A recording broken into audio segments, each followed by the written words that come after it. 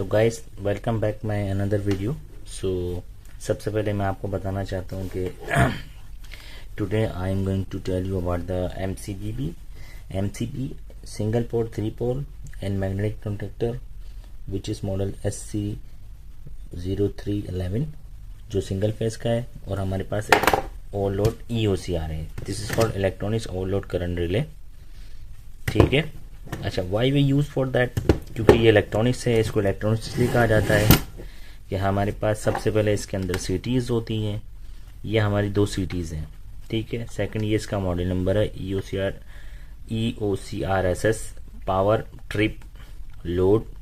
ये load empire, ये rating है करंट रेटिंग जो as per requirement as per motor हम सेट करते हैं। 0.5 से 6 का है, इससे मल्टीपल बड़े भी मिलते हैं, छोटे भी मिलते हैं। A1 और A2 इज इनपुट सप्लाई। अच्छा, ये 224 वोल्ट में भी आता है, ये 220 वोल्ट का है, डबल फेज में भी आता है। There is a multiple supplies of EOCR input supplies. ये इसका सर्किट है बैक पे, ठीक है। ये इसका इनपुट सर्किट है। आपको कितना, ये इमरजेंसी स्टॉप है, स्टार्ट है, और ये कॉन्टेक्टर की कॉइल है, और ये मोटर है, ड्राइव है। So these are the circuits. ये क्लास है इसकी। सेकंड, ये टेस्ट करना हो तो this is for test button, test दबाएंगे तो ये ट्रिप हो जाएगा ऑटोमेटिकली।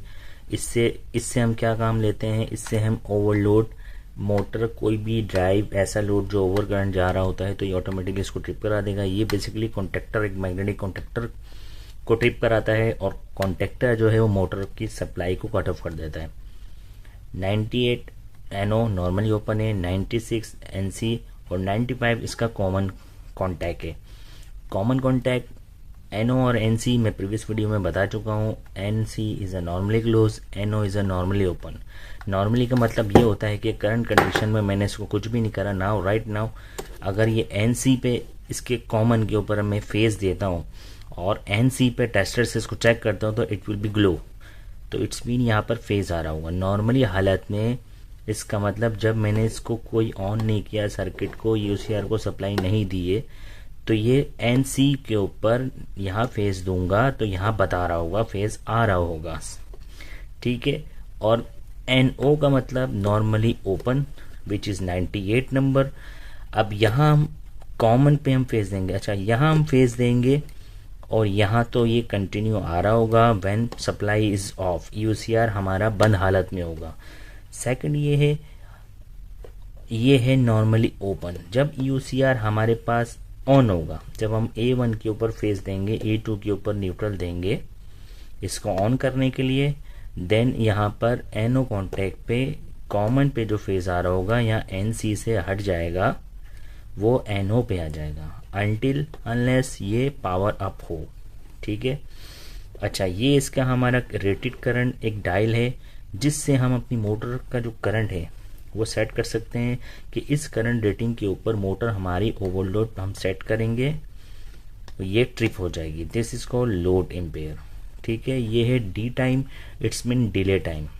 ये हम क्यों इस्तेमाल करते हैं डिले टाइम, इसलिए होता है कि अगर हमारी मोटर एक कोई भी लोड है, फॉर एग्जांपल उसका इम्पेयर 2.5 वो ले रही है, लेकिन जब भी वो मोटर स्टार्ट करते हैं तो उसकी टॉर्क हाई होने की वजह से वो 2.5 नहीं बकाया बल्कि 5 एम्पेयर पे स्टार्ट होती है टॉर्क हाई होने की वजह से। तो वो जो टॉर्क हाई होने के से 5 एम्पेयर लेती है, जब लोड मुकम्मल अपने प्रॉपर लोड पर आ जाती है मोटर तो वो वापसी 2 पे आ जाती है।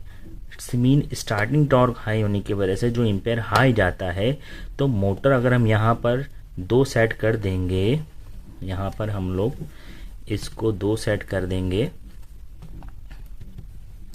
ये आपने 2 सेट कर दिया, इट्स मीन मोटर तो 2 एम्पेयर लोड ले रही है फुल लोड पे, लेकिन जब स्टार्टिंग टॉर्क होती है तो 4 या 5 एम्पेयर पे स्टार्टिंग टॉर्क है, तो इट्स मीन ये ट्रिप हो जाएगा। तो delay time, it's mean that कि हमें डिले टाइम हमें ये देना है कि कितने सेकंड में जाके, कितनी देर में जाके ये ट्रिप हो। 5 सेकंड, 10 सेकंड, 20 सेकंड, ये आपका 30 सेकंड। अगर हम इसको 10 सेकंड करते हैं, इट्स मीन हमारी एक मोटर का टाइम पीरियड ये है कि वो 2.5 एम्पेयर पे तब आती है, स्टार्टिंग टॉर्क हाई होती है, वो 4 एम्पेयर लेती है, लेकिन तकरीबन 4 से 5 सेकंड बाद वो 2.5 एम्पेयर अपनी नॉर्मल एम्पेयर लोड पे आ जाती है। तो उसको 4 सेकंड लगते हैं। वो जो 4 सेकंड लगते हैं, we need to fix here, वो 4 सेकंड का डिले हमें यहाँ देना पड़ेगा, ताकि वो सडनली, अगर ये 0 होगा तो वो सडनली बंद नहीं होगा, मोटर सडनली ट्रिप नहीं होगी।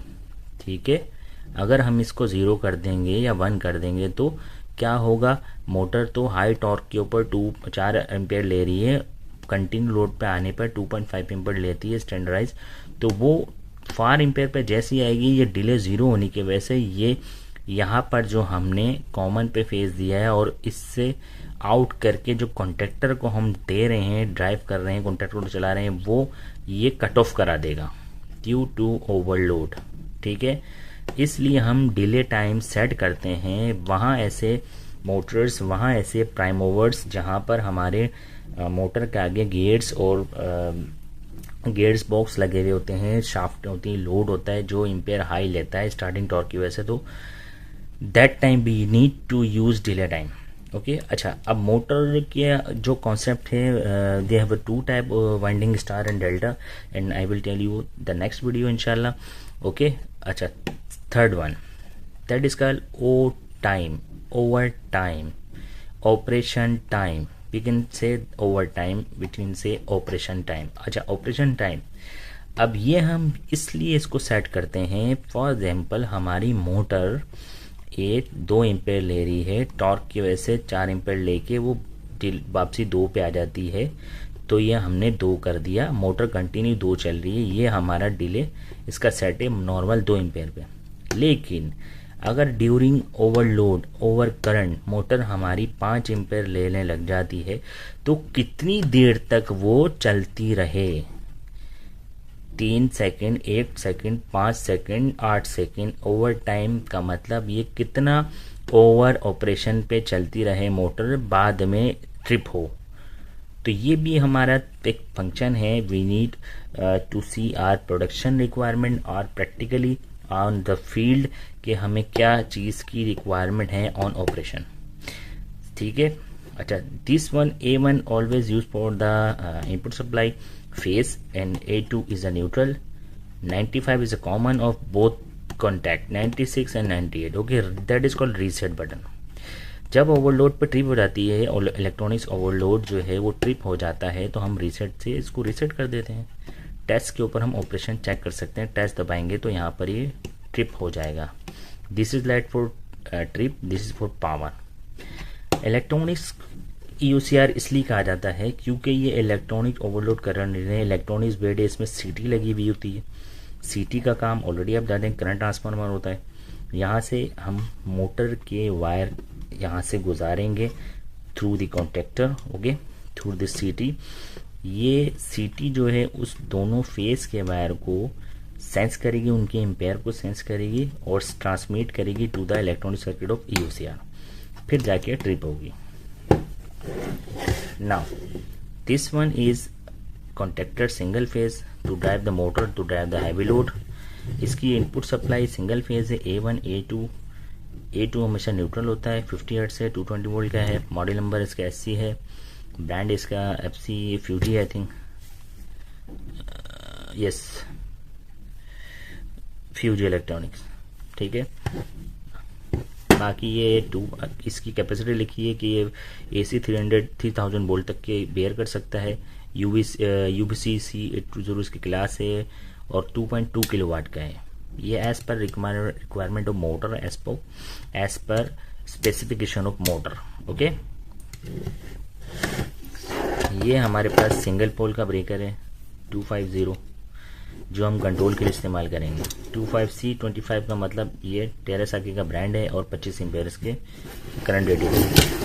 ये MCB है, मिनिएचर सर्किट ब्रेकर कहलाता है, शिनाइडर इसका ब्रांड है। सेकेंड ये है कि ये 32 एम्पेयर का 3 पोल का है, it's mean line 1, line 2, line 3, this is for output. ये हमारे पास एक रीड स्विच है, ये रीड स्विच है बेसिकली, इसको ये 2 कोर का होता है। इसको इसका brown is the input supply, blue is the return. ये इसका मॉडल नंबर है, ठीक है। इसको इनपुट फेज देंगे तो ये आउटपुट पे फेज ही देगा। बेसिकली ये एनसी कॉन्टैक्ट है, इसके ऊपर ड्राइंग बनी हुई है, ये एनसी कॉन्टैक्ट है। ये इसका मॉडल नंबर है, ओमरॉन इसका ब्रांड है, ठीक है। BN ब्राउन हो गया, BU ब्लू हो गया, ठीक है। ये 400 मिली एम्पेयर पे काम करता है, input 90 to 250 volt ampere current, ठीक है। इसको हम फेज देंगे, ये एनसी है। अगर इसको हम फेज देंगे तो ये ऑटोमेटिकली कंटिन्यू फेज देता रहेगा दूसरे वायर के ऊपर, ब्लू के ऊपर, अंटिल। और ये बेसिकली प्रॉक्सिमिटी है, ये मेटल को ही सेंस करता है। कोई भी लोहा आगे आएगा, आयरन आगे आएगा तो ये जो फेज यहाँ दे रहा होगा उसको कट ऑफ कर देगा।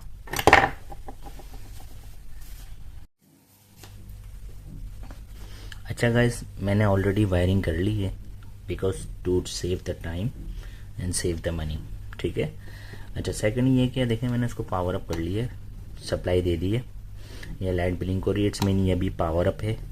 इसको मैंने यहाँ पर white through the white wire है जो A1 पे लगा है, जो फेज है।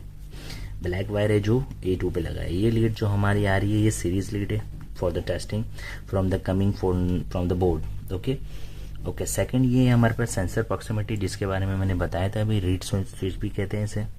इसके दो वायर हैं, ब्राउन और ब्लू वाला मैंने इसको जिस UCR को इनपुट A1 पे फेज दिया है तो वही वायर कॉमनली वहाँ कनेक्ट करा है, ताकि ये देखें आप चेक कर सकें। वाइट और ब्लू एक जगह है, ये वाला ये वायर यहाँ पर लगा हुआ है साथ ही, ठीक है। और A2 पे न्यूट्रल है, जो न्यूट्रल हमने डायरेक्टली A2 पे दे दिया कॉन्टेक्टर के, ठीक है। जो रीड स्विच से, रीड सेंसर से जो वापसी फेज मिल रहा है, क्योंकि ये NC है, ये नॉर्मली क्लोज है, और जब इसको हम सेंस कराते हैं, बेसिकली प्रॉक्सिमिटी है, ये प्रॉक्सिमिटी सेंसर जब हम सेंस कराएंगे तो कंडक्टर इसका अनलैच हो जाएगा। ये अभी लैच हो गया है, जब हम इसको सेंस कराएंगे ये अनलैच हो जाएगा। Unlatch latch, unlatch latch, that is called unlatch latch, unhold hold, okay. Second, इसके कनेक्शन कैसे किए मैंने, ये क्योंकि 220 वोल्ट का सेंसर है, रीड स्विच कहते हैं इसको, हमने इसको इनपुट पे फेज दे दिया इसको directly through the series board. अच्छा, मैंने इनपुट यहाँ पर इनपुट सप्लाई तो MCB शुरू में दिखाया था आपको 3 पोल का, वो RST और UVW line 1 line 2 line 3 and terminal 1 terminal 2 terminal 3, यहाँ पर वो इनपुट यहाँ पर आएगी थ्रू आउटपुट के मोटर या कोई भी लोड, इससे हम चला लेंगे। वो तो पावर कंट्रोल पावर आ गई। हमें बेसिकली कॉन्सेप्ट जो क्लियर करना है, जो हमारा कंट्रोल है, ठीक है, कि how can we make a control of easy control, लेकिन अच्छा जब मैं न्यूट्रल हमने इसको यहाँ, अच्छा सेंसर से जो आउट आ रही है मैंने आपको बताया था 95 इज अ कॉमन, ठीक है, ये हमारा कॉमन है 95। सेंसर से जो आउट आ रही है ब्राउन कलर की वो 95 पे लगा दी कॉमन पे, और यहाँ से नॉर्मली ओपन 98 नंबर है, आउट लेके मैंने A1 पे लगा दी, जिससे कॉन्ट्रैक्टर हमारा कंटिन्यू होल्ड हुआ है। Why is letting continue, because of NC point, because sensor हमारा NC है। सेंसर जब भी हमें मोटर को बंद कराना है तो पहली फुर्सत में अगर सेंसर के आगे कोई मेटल आएगा तो मोटर बंद हो जाएगी, मेटल हट गया तो चल गई, ठीक है। अच्छा, अब मैंने UCR की सेटिंग के बारे में आपको कुछ बताया था। सबसे पहले लोड इम्पेयर सेट, वो हमने सेट कर लिया as per requirement of motor और लोड। सेकंड ये आ गया डिले टाइम भी आपको मैं बता चुका हूँ। Third is over time. Now we need to test over time. अब हम इसको टेस्ट करेंगे, दबाएंगे कि कितने सेकंड में ट्रिप होता है। तो मैंने आपको बताया था कि ओवर टाइम है ये ऑपरेशन टाइम, कितनी देर बाद ट्रिप हो, कितने सेकंड बाद, तो ये हमने 5 सेकंड किया हुआ है। ये हमने दबा दिया, अब ये लाइट रेड ब्लिंक होगा, it's mean going to trip. ये अब ट्रिप होने वाला है विद इन अ 5 सेकंड।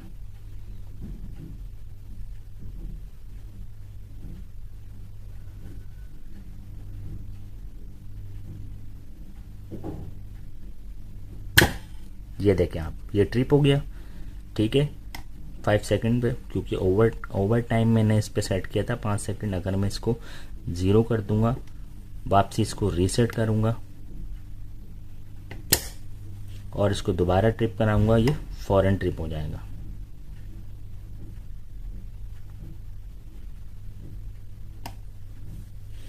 अच्छा, ये डिले टाइम दिया हुआ है, इसको हम ज़ीरो करेंगे। बेसिकली डिले टाइम इसलिए, ओवर टाइम जब आपको शुरू में बताया था, ओवर टाइम जब हमारा कितनी देर बाद तक चलता रहे ओवर टाइम पर ऑपरेशन टाइम, डिले टाइम कितनी देर तक ये उसको टाइम दे, ठीक है। इसको भी अगर हम ज़ीरो कर देंगे तो ये फौरी तौर पर ट्रिप हो जाएगा, ये रीसेट हो गया। तो गाइस ये थी आज की हमारी video from the proximity sensor operation of contactor with USCR electronics overload. अच्छा, यहाँ पर मेजर डिफरेंस है इलेक्ट्रॉनिक्स ओवरलोड और हमारे पास लास्ट वीडियो पे मैं थर्मल ओवरलोड के बारे में बताया था। और इलेक्ट्रॉनिक्स के आपको मैंने इलेक्ट्रॉनिक्स यूसीआर इसे कहते हैं हम, इलेक्ट्रॉनिक्स ओवरलोड करंट डिले की स्पेसिफिकेशन बता दिए। मेन रीज़न होता है कि ये इलेक्ट्रॉनिक्स होता है, सिटीज़ इसके अंदर इंक्लूड होती है, इलेक्ट्रॉनिक सर्किट होता है, delay time, over time, operation time, delay time इसमें इंक्लूड होता है। वो जो हमारा थर्मल ओवरलोड होता है वो एक स्ट्रिप के ऊपर काम कर रहा होता है, वो मैकेनिकल होता है। उसकी जो हीट स्ट्रिप होती है वो एक पर्टिकुलर टेम्परेचर के ऊपर उसको कॉन्टैक्ट को ओपन कर देती है। तो थैंक यू सो मच, अस्सलाम वालेकुम, सिया।